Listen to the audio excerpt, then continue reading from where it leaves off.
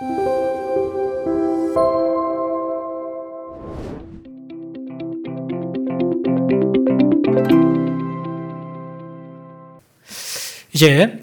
큰 원리를 살펴보고 이제 여전히 자세하고 구체적이지는 않지만 그래도 조금 더 우리가 축소되어진 그러한 담론들, 원론들을 좀 살펴볼 텐데, 자, 그러면 정의와 사랑의 두 기둥으로 살라 그랬는데 정의와 사랑으로 세상을 살아가는 실제가 어떠한가 좀 우리가 큰 그림으로 스케치를 해보도록 하겠습니다. 다시 한번 말씀드리지만 세상살이는 만만치 않습니다. 우리가 최근에 요한복음 경건의 시간을 가진 것처럼 15장에 보면 세상은 우리가 세상에 속하지 않았기 때문에 우리를 미워한다라고 했습니다. 우리는 하나님께 택함받아 뽑혀서 예수 안에 속한 자이기 때문에 자기에게 속한 자들이 아니기 때문에 세상에서 미움을 받습니다. 다른 가치를 가진 세상, 다른 통치를 받는 세상, 그리고 다른 영역에 속한 그러한 이 세상에서 성도가 살아가는 것은 어렵고 복잡하고 정말 여러 가지 이 힘든 것들이 있는 것, 이것이 바로 성도의 세상살이의 모습입니다. 직장도 그렇지요. 실제로 이제 목회자들의 설교가 직장생활을 하는 사람들에게는 오히려 어떻게 살라라는 것인가 고민거리를 안겨줄 때가 많이 있습니다. 왜냐하면 직장 업무처럼, 직장 생활처럼 흑백이 별로 구분되지 않는 회색지대, 회색지대의 일들이 많은 곳이 없기 때문입니다. 업적과 성진을 위해서 어디까지 타협해야만 하는가? 이런 고민들을 하루하루 살아가면서 할 수밖에 없습니다. 세상 기업 문화도 많이 바뀌었잖아요. 이전에 저희 아버지는 한 번 직장 들어가면 퇴직할 때까지가 그냥 평생 직장이었습니다. 직장도 그 사람의 업무의 능력과 상관없이 큰 실수하지 않으면 한 사람이 한평생 직장을 다닐 수 있도록 보장해 주던 시대가 있었습니다. 그러나 우리가 IMF를 지나고 나서는 직장 문화가 완전히 바뀌었죠. 개인과 직장 모두가 이익 중심으로 선택하고 돌아가고 있습니다. 직장도 개인의 능력과 개인이 어떤 업무 역량이 부족해서 원하는 효율성을 내지 못하는 직원들에 대해서는 언제든지 내치려고 합니다. 그나마 법적 제도 장치가 계속 마련되고 있기 때문에 쉽게 내치지는 못하지만, 그러나 교묘하게 여러 시스템과 분위기들을 활용해서 더 이상 효율성이 떨어지는 사람들이 직장 생활을 하지 못하도록 하는 그러한 분위기가 있는 것이 사실입니다. 개인 역시 마찬가지지요. 개인 역시 자신의 이권들을 최대화시키기 위해서 노조를 만들고, 때로는 기업 자체의 생존보다도 자기 자신의 유익이, 자기 자신의 이익이 더 우선이 되어지면서 어떤 의미에서는 공멸할 그러한 위험성도 있는 것이 바로 또 개인의 욕심이 드러나는 세상의 모습입니다. 참 많이 바뀌어진 것이죠. 이곳에서 우리가 그 기업을 하나님의 부르심이라고 생각하고 무슨 일을 하더라도 죽게 하고 어떤 사람을 섬기듯 주를 위해서 섬긴다. 말이 쉽지만 그러다가 바보 취급당하기 딱 좋고요. 모든 것이 인맥과 처세술로 가능한 세상살이 속에서 정말 그렇게 산다고 해서 우리가 주님 앞에서 다니엘처럼 아름답게 쓰임받을 수 있는가? 실제 예에서는 그런 애보다도 그렇지 않은 애가 더 많은 것이 직장생활의 모습입니다. 우리가 문화생활도 마찬가지예요. 지금 우리는 그렇게 옛날보다 많이 고민하지 않잖아요. 근데 80년대, 90년대까지만 해도요, 문화에 대해서 기독교인들은 굉장히 부정적이었습니다. 신상은 씨라는 사람이 대중문화를 사탄이 지배했다라는 책까지 낼 정도로 굉장히 많이 치우친 책이죠.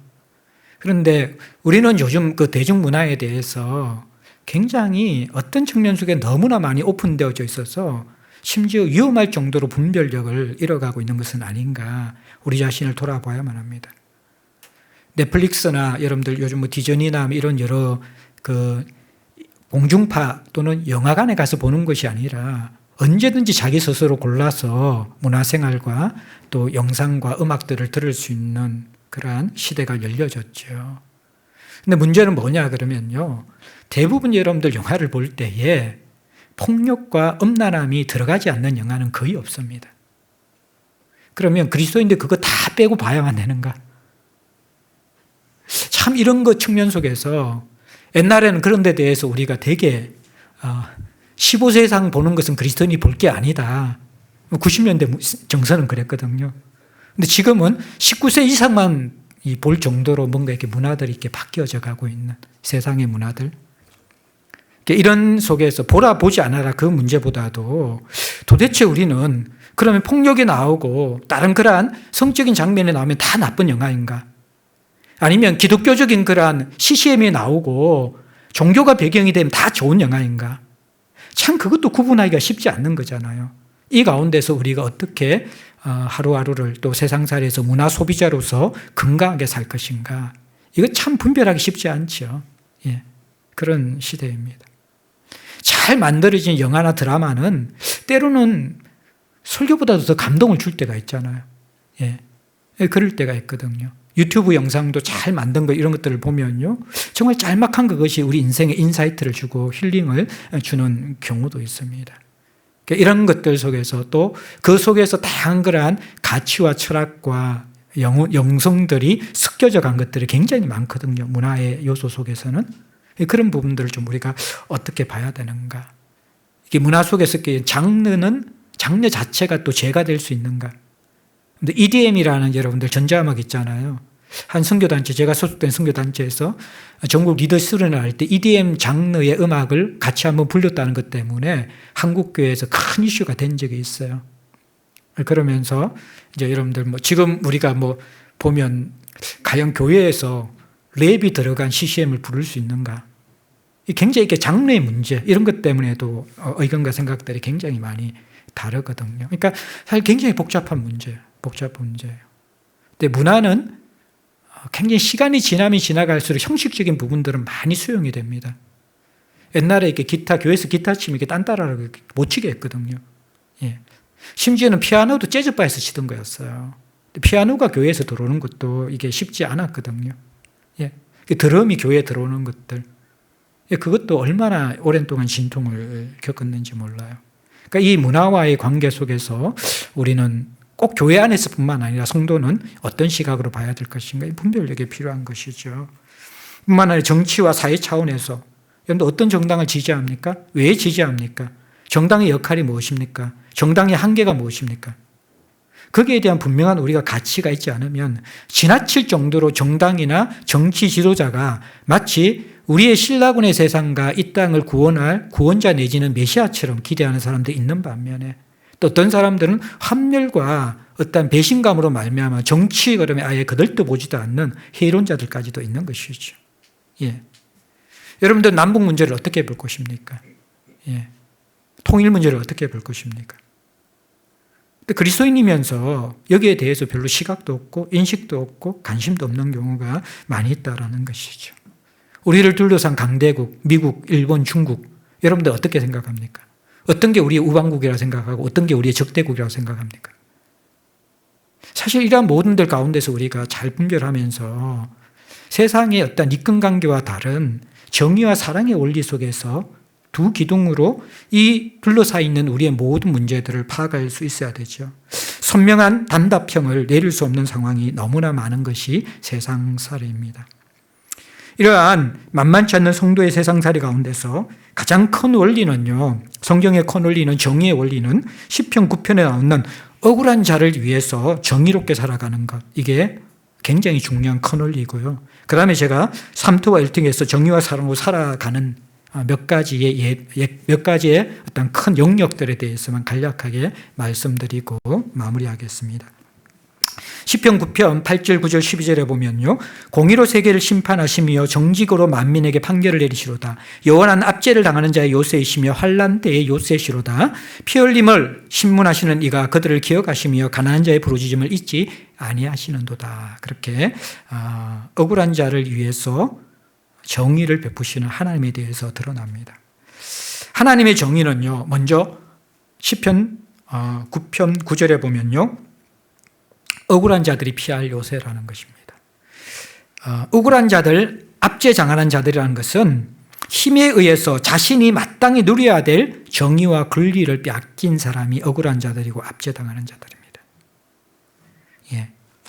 그들이 피할 요새가 되는 곳, 그것이 하나님이거든요. 그러면 그것이 성도와 교회가 되어야 된다는 것이죠.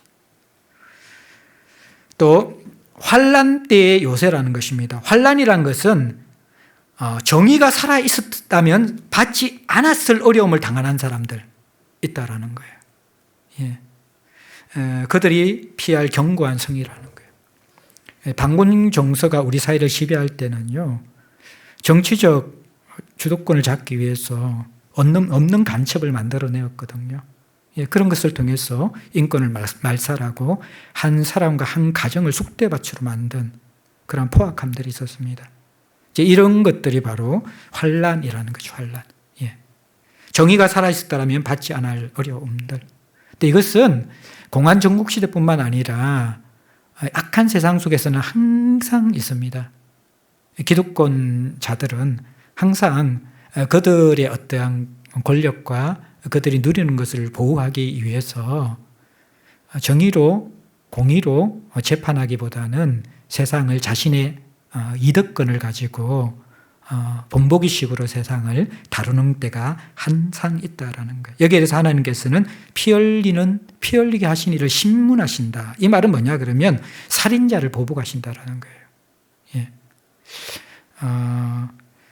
여러분들, 이게 칼과 총으로 죽여야만 살인이 아니라요, 그 사람의 인격을 보호하지 않고 유린하는 것, 그것은 간접살인이 될 수 있다는 것입니다. 때로는 그것이 남성이 여성에 대해서 행하는 살인이 될 수도 있고요, 가진 자가 또 갖지 못한 자를 향하여서 행하는 간접살인이 될 수도 있는 거예요. 그러니까 깨어진 세상에서는 항상 이 억울한 일이 많아요. 억울한 일이 많아요. 근데 억울한 일을 가장 아주 마지막 단계에서 보호하는 것이 법이거든요. 법적 제도거든요. 근데 이 법적 제도가 무너진 세상이 가장 악한 세상입니다. 그래서 여러분들께 구약에 보면 이 법적 제도, 법이 공정한 조율의 역할들을 하지 않을 때 하나님의 심판이 임합니다. 그리고 그들에게 먼저 가장 하나님의 강력한 심판이 임한다라는 것입니다. 근데 이 세상은 시간이 가면 갈수록 더 악해질 거예요. 더 악해질 거예요. 그럼 교회는 어떤 일들을 해야 되는가? 정치투사가 되라는 것이 아니라 억울한 자들의 피할 요새가 되고, 정말 이 억울한, 세상의 억울한 부분에 대해서 하나님이 눈으로 주목하시고 귀를 들어 들으시는 것처럼 우리도 그러할 수 있어야 된다라는 거예요. 이것도 이제 복잡한 문제거든요. 왜냐 그러면 정치적 문제가 이 안에 들어가게 되어지면 이 정치에 따라서는 이게 억울함과 여러분들 이게 분노들이 상대방 입장이 똑같아요. 어떤 사람은 그 이야기하다가 어제 우리 한 집사님 만났는데, 정당이 우리가 거대 정당이 2개가 있잖아요. SNS나 페북에 보면요, 내용은 똑같아요. 내용이 똑같아요. 그러니까 상대방의 후보를 비난하거나 공격한 내용이 똑같은데, 그것이 있잖아요. 상대방 이름만 바꾸면 똑같은 공격이 되는 거예요. 그러니까 이제 이게 뭐냐 그러면 정치적인 입장 속에서는 참 조심스러운 게 있어요. 그런데 우리가 이것도 많이 나간 이야기지만 교회에서는 우리가 이 억울함 쪽에서 정치적인 입장에서의 그거보다도 사회 참여가 있고 사회 봉사가 있잖아요. 사회 참여라는 부분들은 우리가 각자의 정치 견해나 생각에 따라 조금 다를 수 있는데, 사회적인 불의와 아픔에 대해서 우리가 함께하는 것에 대해서는 거기에 대해서 교회는 잘 분별해서 정치색과 상관없이 아픔과 상함에 대해서는 같이 해야 되는 것이죠. 쉽게 얘기하면 우리가 지금 청년 딜리버리 하잖아요. 거기에 대해서는 정치색과 전혀 상관없이 우리가 다들 따뜻하고 포근한 마음으로 사회의 어려움과 힘든 사람에 대해서 돕는 것에 대해서 마음이 같이 하잖아요. 저는 이제 4월 16일이 되면 세월호 8주기가 되잖아요. 세월호 역시 그거는 정치와 상관없이 사랑하는 우리의 자녀들이 안전한 국가의 보호를 받아야 될 상황 가운데 그것이 실현되지 않았기 때문에 아프게 죽어갔잖아요. 그러한 억울한 일이 생기지 않도록 하는 측면, 그건 정치의 문제가 아니라 그것은 공의의 문제인 것이죠. 그런 부분들 속에서는 우리가 마음을 같이 할 수 있습니다. 근데 이것도 너무 색깔론과 정치적 이슈를 세워가지고 교회에서 잘 설명하고 제대로 하지 않으면 이게 사람들이 그걸 분별이 안 돼. 이게 정치적 이슈인지 공의의 이슈인지. 교회가 이런 데서 잘 분별할 수 있어야 되는데 어쨌든 이 공의의 문제에 대해서 우리가 억울한 부분을 대해서 우리가 잘 다루어 나가야 된다. 그래서 정의를 실현해야 할 때 모르는 체 하는 것이 성경은 간접살인이다. 그렇게 이야기하고 있습니다. 끝으로 3토와 1토에서 정의와 사랑으로 살아가는 여러 가지 영역 가운데 먼저 경영자가 기억해야 될 것은 야고보서 4장 17절인데 일꾼들이 임금을 받지 못해서 아우성치는 소리가 들리게 해서는 안 된다라는 거예요. 여러분들 제가 몇 번 이야기했지만 직장을 경영하는 사람들의 직장 경영의 가장 최고의 우선순위는 11조 많이 하는 게 아니라 직원들의 월급이 밀리지 않고 그들의 생계가 안전되게 만드는 것. 그게 직장 경영의 가장 중요한 성경적 원리입니다. 예. 성경은 거기에서 감사한금 11조 많이 하는 걸 하나님께 기뻐하신 것이 아니라 정의와 사랑으로 또 직장의 직원들을 가족처럼 대하면서 물론 수입이 나지 않으면 어쩔 수 없겠지만 자신이 착복하고 가지고 있으면서 일꾼들이 아우성치는 그러한 일이 일어나지 않도록 하는 것. 이게 이제 성경에서 굉장히 중요한 경영자들에게, 가진 자들에게 이야기하는 그러한 경고라는 겁니다. 구체적인 삶의 영역에서 몇 가지 간단하게 살펴보면 노동자 입장에서 일과 직업을 어떻게 선택할 것인가. 일단 직업 자체가 문제인 경우도 있죠. 예, 직업 자체가 문제인. 보통 우리가 이제 이것도 조금 복잡한 문제긴 하지만 이원론의 관점에서 볼 때에 이원론은 구조의 문제가 아니라 방향의 문제로 많이 이야기를 하거든요. 이원론. 그게 무슨 말이냐 그러면요. 좀 왜곡된 부분적인 이원론은요. 선과 악의 구조의 영역이 따로 있다라는 거예요. 종교적으로는 교회와 재창조의 영역이죠. 우리가 타락했다가 그리스도께서 다시 오셔서 구원 사역을 하시는 재창조의 영역에 있는 것들은 선한 것으로 봐요. 그게 뭐예요? 여러분들 보시면 교회가 세워졌잖아요. 교회의 일들, 말씀 보는 것들, 기도하는 것들, 종교생활 하는 것들, 재창조의 타락한 인간에게 다시 하나님께서 주신 그런 재창조의 선물들, 영적인 것들, 이런 걸 선하게 구조적으로 영역을 선한 걸로 생각하는 거예요. 근데 창조의 영역을 상대적으로 악한 걸로 생각해요. 창조의 영역은 뭡니까? 우리가 창세기 1장에 본 것처럼 하나님이 처음에 창조했을 때 주신 영역이 노동이에요. 그리고 남자와 여자에게 주신 성의 영역이에요. 이 대표적인 성과 노동에 대해서 교회 안에서 행해지는 거룩한 예배와 전도와 봉사와 말씀과 기도보다도 이것을 상대적으로 악한 것으로 보는 것. 이게 여러분들 영역적, 구조적 이원론이라는 거예요. 근데 이게 이제 조금 이제 이렇게 보지 않고 사실 성경의 바른 시각은 구조가 아니라 방향의 문제이다. 종교의 영역에서 열심히 섬기면서도 악을 행할 수 있어요. 대표적인 사람이 누굽니까?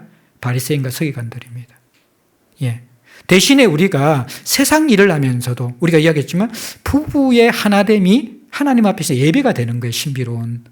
그리고 또 우리가 길거리에서 떡볶이 장사를 하더라도 또 우리가 커피 가게를 하더라도 그 목적 자체가 사람들의 일상에 대한 진정한 행복과 건강을 선사하기 위해서 그 동기와 목적으로 하면 그것이 선한 것이 된다는 거예요. 그래서 우리는 영역에서 선과 악이 구분되는 것이 아니라 어떤 방향에서 어떤 동기에서 하는가 따라서 선과 악이 구분된다는 것을 보는데 그럼에도 불구하고 신라군의 세상에서 영역적으로 악한 일이 있을 수 있다는 거예요. 쉽게 얘기해서 율락업.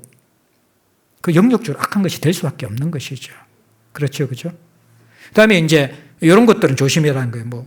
아니면 지나친 고리 대금업들, 도박을 하는 도박업들. 이런 것들은 다 구조적으로 이것은 악한 것이라 이런 직업들 선택하는 걸 조심해야 되고요. 그 다음에 또 하나는 여러분들 말씀드린 것처럼 똑같은 직업을 하더라도 여러분들 동기와 목적에서 잘 분별해야 돼요. 상대적으로 우리는 변호사는 착한 사람이 생각하잖아요. 왜냐하면 약한 사람을 돕는다고 생각하잖아요. 근데 이것도 제가 아주 깊은 지식은 없지만요. 근데 굉장히 가진 사람들은요, 최고의 법조기관들, 변호기관들을 통해서 재판을 받습니다. 그럼 우리나라에 어떤 게 있습니까? 유전무죄이고 무전유죄라는 말이 있잖아요. 이런 식으로 본래 변호사는 이 법조계에서는 선악에 대한 분명한 것을 가지고 그것을 보호해야 되는 것인데, 변호사는 억울한 사람이 법의 행포나 가진 자의 행포를 받지 않도록 도와주는 것은 맞는데, 어떤 경우에는 가진 자의 제약들을 덮어주는 변호를 할 수 있다는 거예요. 그러니까 이런 것들은 동기와 목적 속에서 똑같은 변호의 일을 하지만 선이 될 수도 있고 악이 될 수도 있고, 그래서 구조에서 분명히 악이 되는 직업이 있고, 그것을 어떻게 우리가 동기와 목적에서 살아가는 것에 따라서 악이 되는 것인데, 이것도 우리가 직업 속에서는 늘 기도하면서 분별하면서 해야 될 부분들이고, 또 직장과 공동체 사람을 어떻게 대하는가, 특별히 아랫사람, 약한 자들을 어떻게 대하는가, 이게 이제 성경에서는 굉장히 중요한 정의의 문제가 될 수 있습니다. 부하들을 비인격적으로 대하는가. 우리 사회가 법적으로 그런 것들을 많이 지금은 개선시켜 나가고 있지만, 법으로서는 결코 인간의 재성을 이기지는 못하거든요. 이런 분들 속에서 우리는 어떻게 대하는가. 또 사회적 소수자들, 우리는 장애인들, 또 약한 자들, 심지어는 성적 소수자들에 대해서도 우리가 어떻게 대하는가. 그것이 죄냐 아니냐의 그 구분을 이야기하는 게 아니라, 하나님의 형상으로 지음받은 모든 사람을 예수님께서는 사랑하셨거든요. 예수님께서는 세리와 창녀들의 친구가 되시면서 사랑하셨잖아요.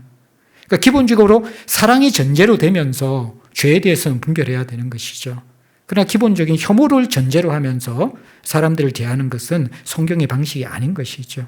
이런적인 측면에서 우리는 약한 자들을 어떻게 대하는가, 또 사회의 불이한 구조와 시스템과 관련된 부분에 대해서 우리는 어떻게 대할 것인가. 결국에는 이제 세상은 가진 자들이 손해보려고 하지 않으면요, 절대로 바르게 되지 않을 거예요. 이번에 우리 선거에서도, 이것도 제 주관적인 생각이지만, 결국 사람들이 이권 투표를 하거든요. 내가 가진 것에 어떤 유익과 손해를 미치는가. 우리가 잘 아는 우리 주변에 여기 서울 중심부에 있는 분들은 자기들이 가진 최고의 재산을 지키기 위해서 몰표를 줬잖아요. 근데 그 가운데 기독교율이 가장 높은 곳이에요, 그것이. 근데 그들에게는 하나님 나라의 가치보다도 어떤 측면 속에서는 내 이권이 항상 인생을 살아가는데 우선순위가 되는 것이죠. 이런 분들 속에서 우리는 때로는 사회의 불이한 구조에 도움을 주기도 한다는 거죠. 옛날에 기원시에서 그런 운동이었어요. 그리스도인들만이라도 세입자들에게 전셋값을 올리지 말자. 그게 이제 어떻게 보면 불의에 대항하는 그리스도인들의 세상살이의 또 하나의 모습이 될 수 있다는 것이죠. 그래서 세상의 자연 생태계와 관련해서 우리가 에어컨, 또 난방 이런 것들 필요 이상으로 덥고 차갑게 하는 것은 전기로보다도 이게 전부 다 환경오염과 대기오염과 연관되어 있거든요. 그리고 일회용품, 쓰레기 분리배출, 또 물 아껴 쓰는 것. 그러니까 우리가 화장실에서 또 그냥 딱 쓸 만큼 딱 담아서 두는 게 아니라 계속 샤워할 때도 그렇고, 우리가 이제 아주 이제 이게 일상이 됐잖아요. 이런 부분들. 이런 것들도 때로는 이제 가만히 생각해보면 창조세계와 연관된 청지기의 모습과 연관되어 있다는 거예요. 그러니까 통일 문제와 관련되어서 우리가 어떻게 살 것인가. 이것도 우리가 너무 준비가 안 됐고 희박해요. 그때야 이제 한국교회가 생각하는 것은 통일되면 북한에 어떻게 교회 세울까. 근데 그것보다 더 중요한 문제는 우리 옆에 와 있는 이웃들 있잖아요. 세태민들을 교회가 어떻게 섬길까. 그 준비도 안 돼 있으면서 그냥 무슨 교회를 세운다는 겁니까? 교회는 건물이 아닌데. 교회는 하나님의 다스림이 일어나는 것이고 그분의 정의와 사랑이 드러나는 것이 교회인데, 우리 주변에 있는 세태민을 어떻게 섬길까? 선교도 마찬가지죠. 보이기식 선교로서 다른 어떠한 제3세국에 그냥 건물 짓는 게 해외 선교처럼 교회들이 많이 생각하잖아요.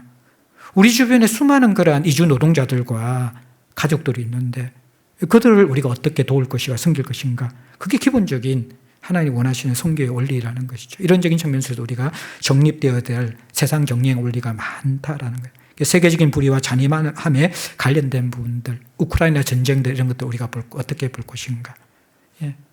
여러분들 다이아몬드 이런 것들이 대부분 다 어린아이들의 착취를 통해서 만들어지는 것 알잖아요, 우리가.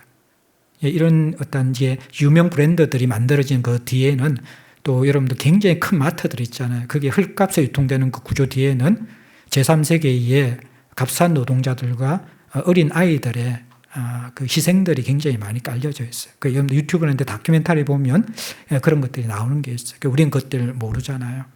이전에는 우리가 공정무역 또 공정여행 그런 말들도 있었거든요. 몰디브라는 유명한 관광지 있잖아요. 이 관광객들을 위해 가지고 그 자국민들이 관광객 눈에 띄지 않도록 정말 이렇게 외곽으로 몰아내어서 빈민가에서만 이렇게 감금시켜서 살도록 만드는 것, 이런 것들도 비일비재하거든요.